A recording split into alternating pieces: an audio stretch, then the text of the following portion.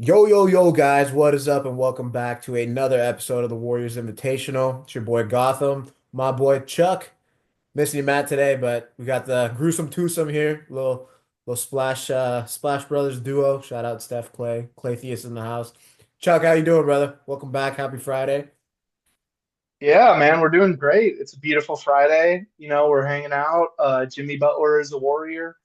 Management, management has listened. This was such a stressful week. Like, if you guys listened to our last episode, you heard the three of us with Tommy. Like, there was a little bit of hopium there, but I think we'd all kind of resigned ourselves to they're just gonna talk a bunch and then nothing's gonna happen. And you know, just it, just the roller coaster of oh, we know how this goes to oh shit, we might be getting Kevin Durant.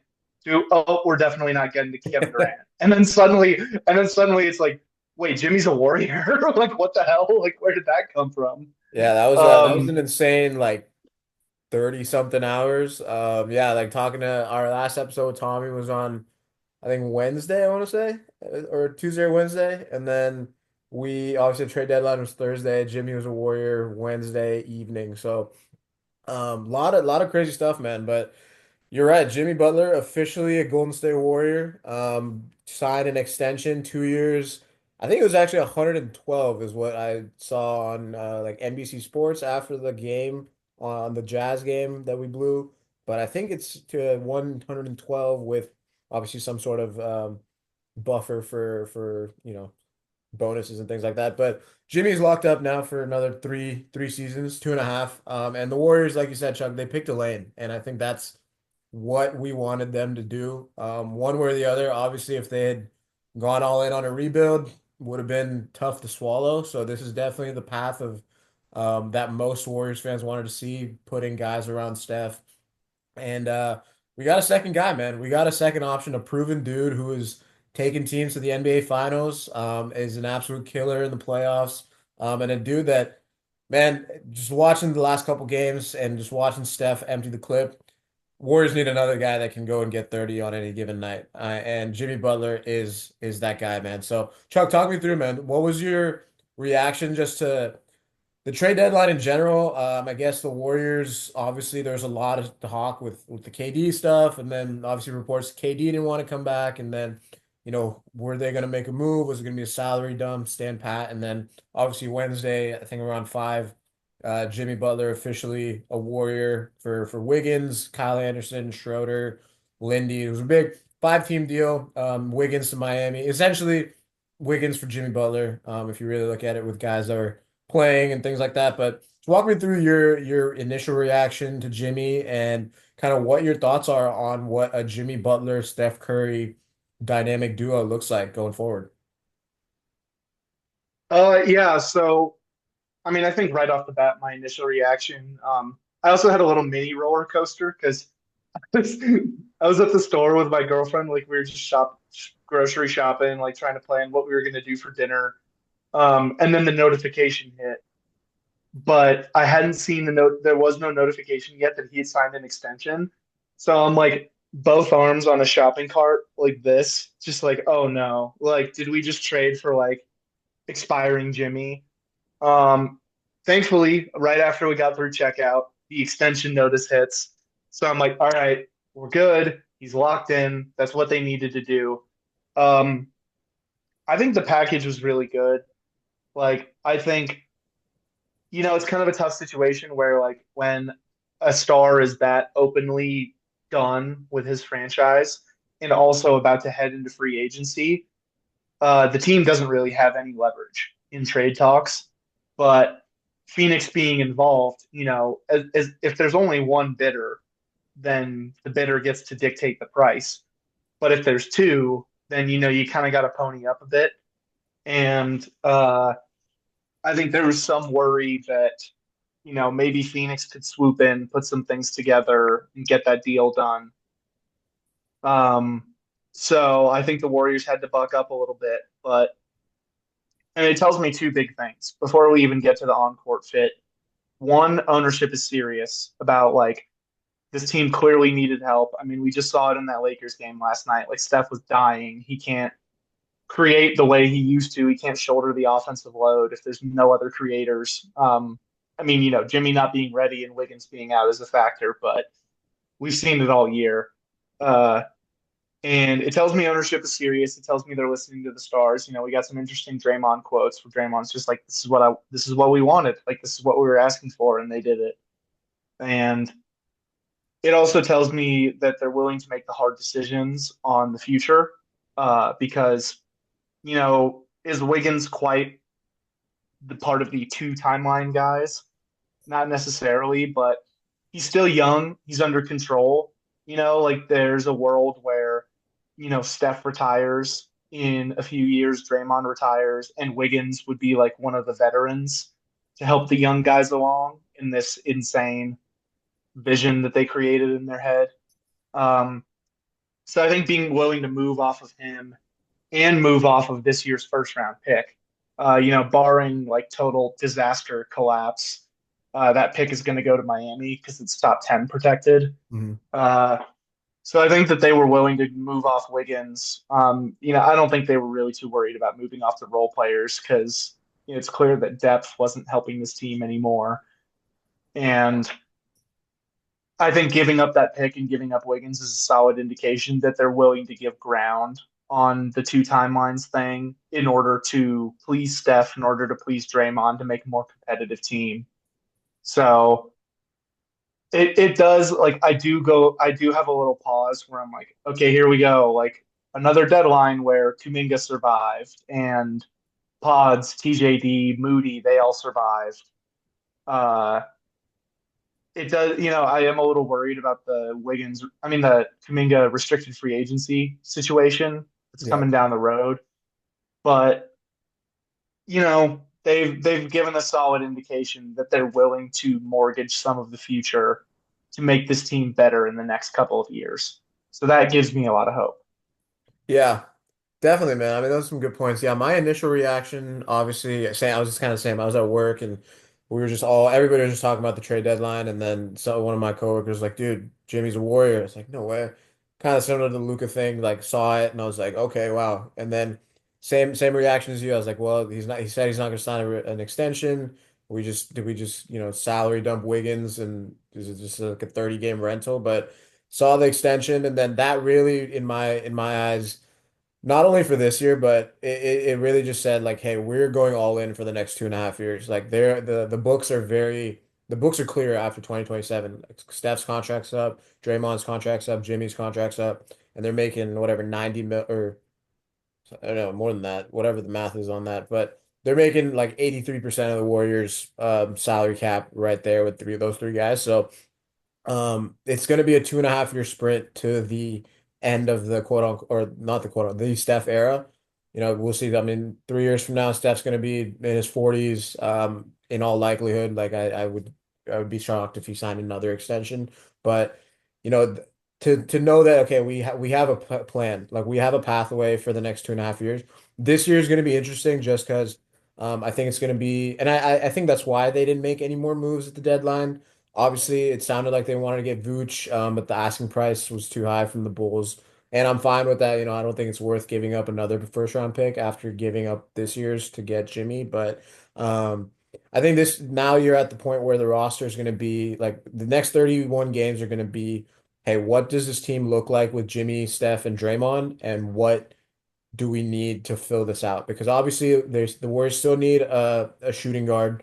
Pause is there, Moody's there, but there's a lot of just up and down in terms of creating space and having a guy that can really stretch the floor with those three guys. And then a stretch five too, I think would be great. I'm really excited to see how Quentin Post looks playing next to these guys.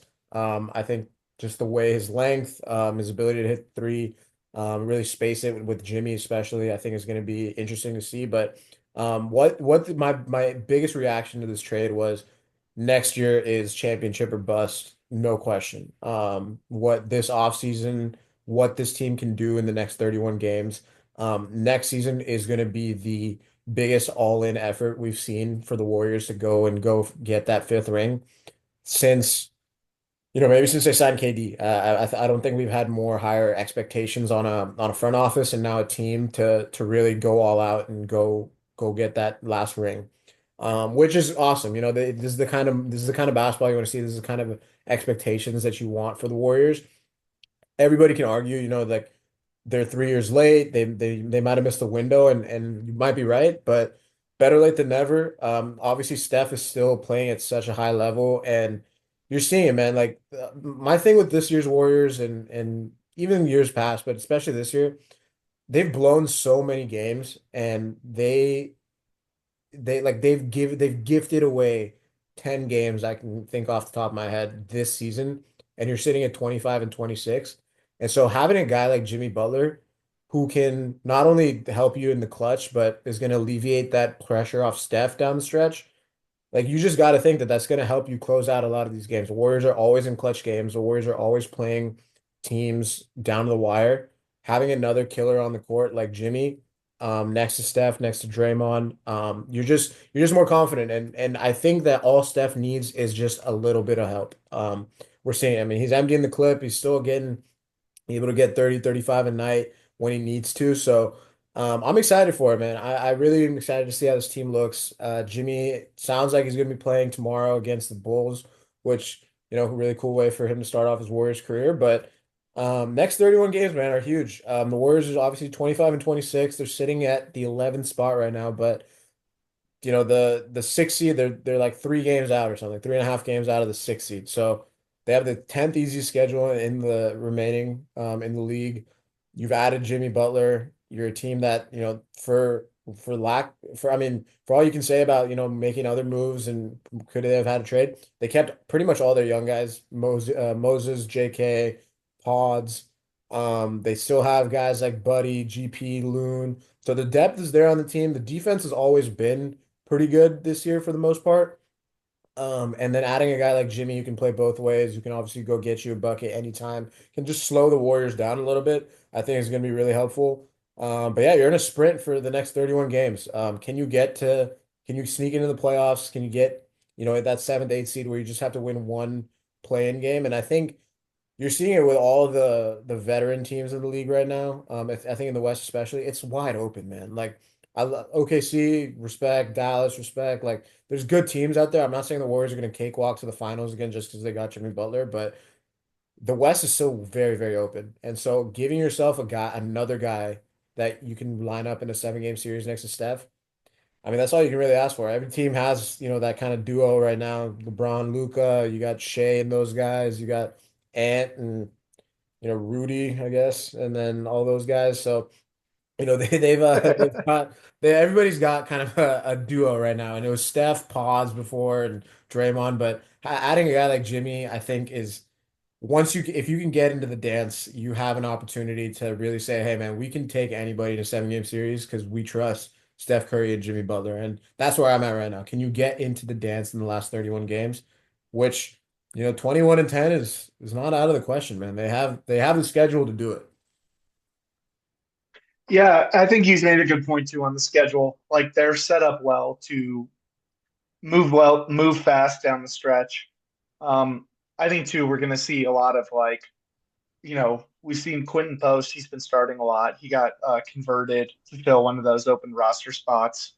Um, so I think we're going to see, before they had 12, 13 guys that they thought could play on a given night.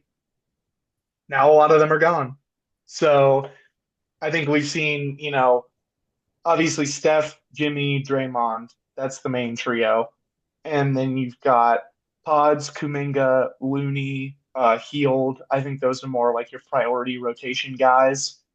Um, and then Moody, GP2. You're going to see if those guys can find space. You're going to see if Quentin Post can contribute. TJD. Gee, Gee. Um, Gee too. Like they're still deep. Yeah. This is still like a very deep team because I think the emergence of Gee really, and Pod's getting back to health and looking really good. I think made them feel better about consolidating their depth for a star. And I think what we're going to see is, they're going to start out with like 10-man rotations, maybe 11, and then we're going to see it slowly whittle down. Where it's like, okay, Steph, Jimmy, Draymond. That's not only the team for this year. If everything goes to plan, that's the team for 2 years after this. Yep. So who fits around these guys? Steph, Jimmy, Draymond, they're all great floor raisers. Like those are all guys that make other players look better. So now you have a lot of questions to answer where it's, does Looney fit in the front court with them, or are they better when they go small? Like when they go small, how does Kaminga fit into the equation? Like does having Steph and Jimmy in the front court with him like paper over some of his flaws and make him look better as a player? Pods, like does Pods become a better backcourt mate, or do they need the shooting variance that you get out of Buddy Hield?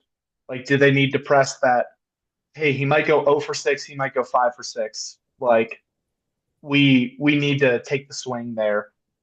And then you also get to see like, maybe you press the GP2 button. Maybe it's like, hey, we're going small, like we're putting in like GP2 and Moses, and then we're just like defending the hell out of you with Steph and Jimmy giving out buckets.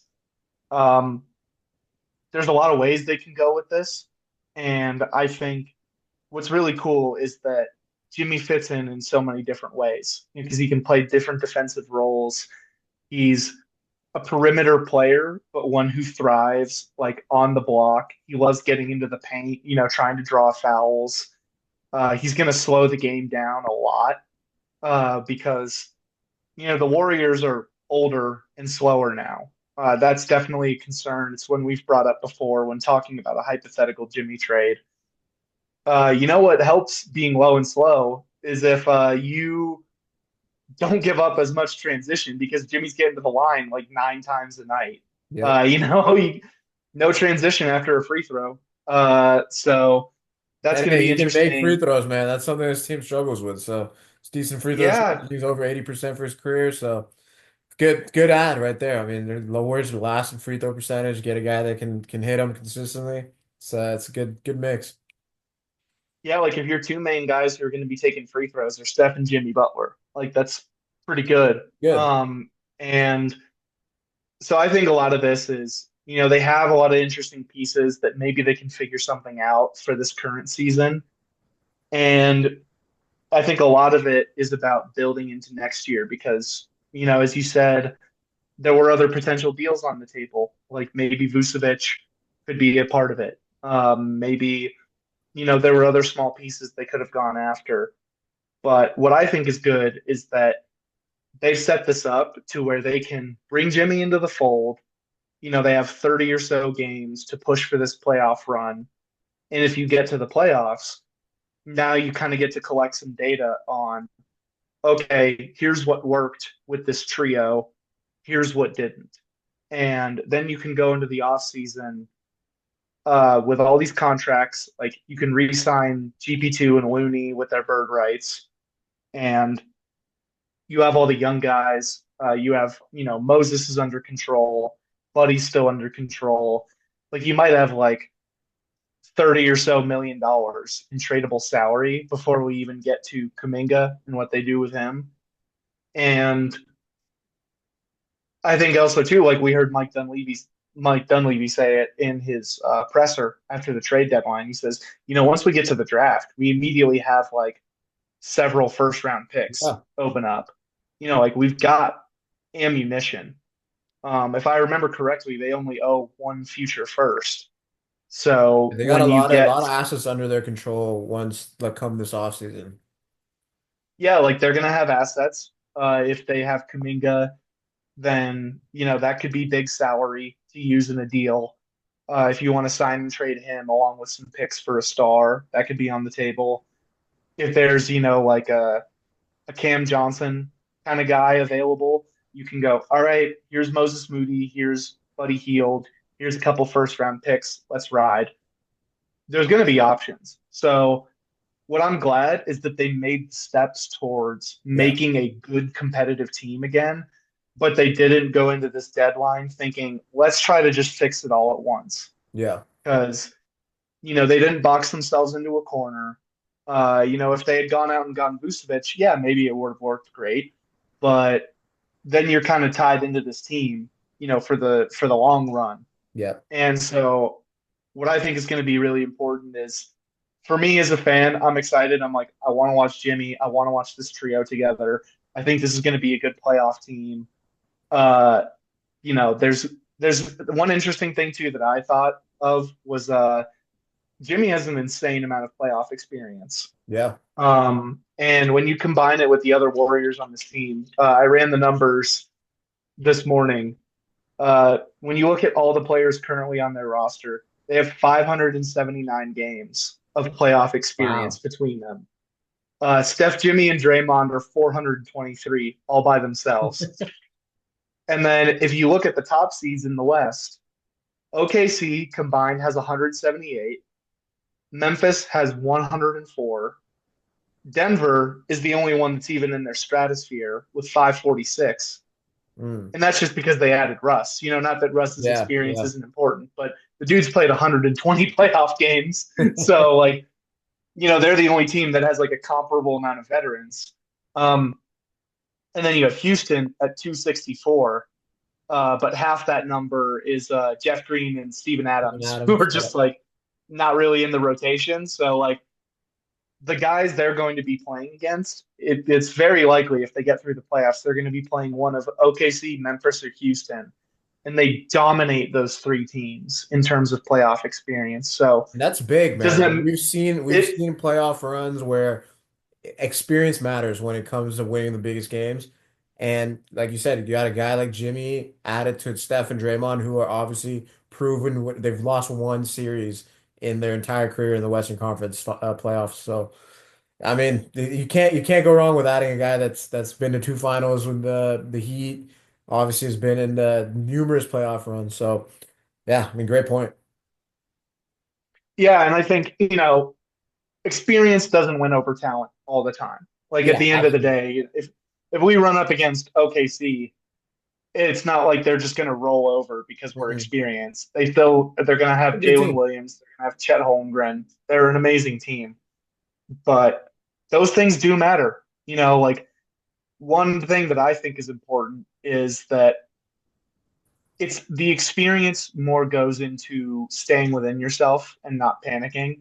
So, if the Warriors are the underdog as the 7 or 8 seed against an OKC, against a Houston, Memphis, whatever. I'm not really including Denver in this because I think Denver is like a They've pretty. been there. Yeah. They've been there. They know this. Like it would just be like we'd have to find a way. Mm. Um, what I think is interesting is if you're going on the road, first two games, if you get down 2-0, this team's not going to panic. Yeah. If you go out and you win one of those first two games, you know now that you have the advantage, and maybe the other team starts to get in their own head a little bit too much. For OKC, like, yeah, they went on the run last year. Memphis, we've seen them in the playoffs before, but like this is a different team now. They still have Jaw and Jared, but like there are different things going on. Um, and Houston, obviously, this is like their first time. Like they've Yeah. gone from like outside of the playoffs to wow, everything's clicking at once. But of their rotation guys that we're going to see pretty consistently, Fred Van Vliet and Dylan Brooks are the only ones With with actual like experience. meaningful playoff Yeah. experience. So, we all remember Fred in the playoffs, but he's not He's that not having Fred a kid this anymore. time, hopefully.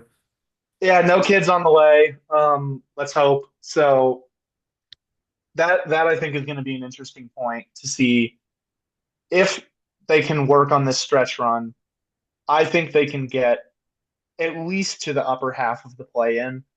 Um, with how the season has gone, like there are teams like the Clippers are getting healthier, but I don't trust them as much.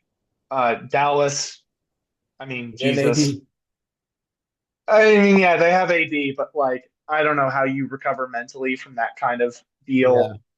Yeah. Um, Minnesota, I don't trust. Phoenix, I don't trust. Sacramento, like, yeah, they've been playing really well since they fired Mike Brown, but I don't know. Is the Sacramento Bulls good enough to get through the play-in run? Who knows? I mean, that's the thing. Like, there's like six teams fighting for those final two spots, and then obviously the play-in spots. So like, Yeah, it's wide open. Like you're a good, 4 or 5 game stretch away from being like, hey, we're a game out from the five seed, 6 seed. So like again, being able to take advantage of this schedule, having a motivated Jimmy Butler join you at this stage of the season too, like you can't really ask for much more. Like Jimmy's clearly said, I'm in shape, I've been working out, I'm ready to go.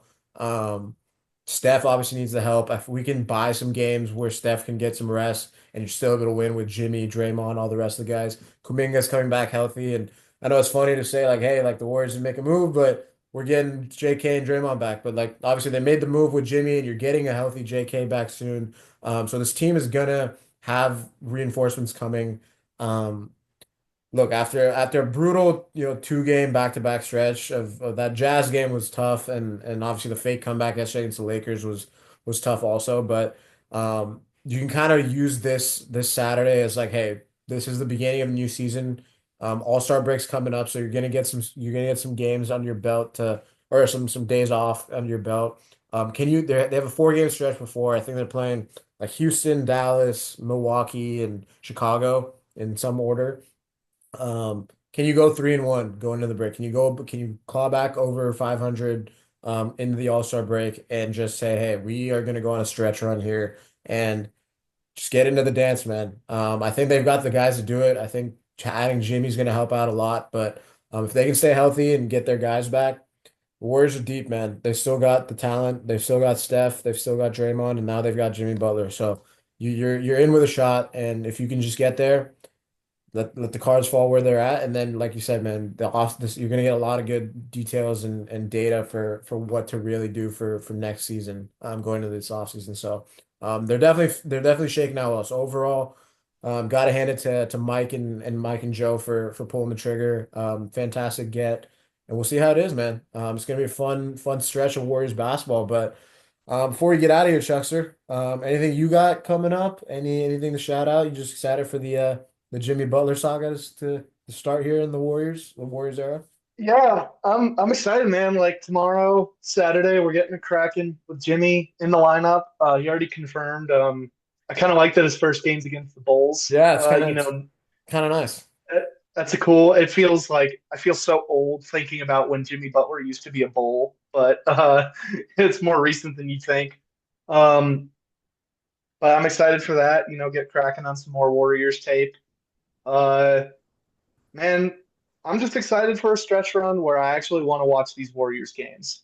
Oh yeah. Like I'm not just like beating my head against the wall watching this team. I'm just like, hell yeah, like I'm excited to see this again. So stoked for that. But as always, you can check my stuff out on theswishtheory.com.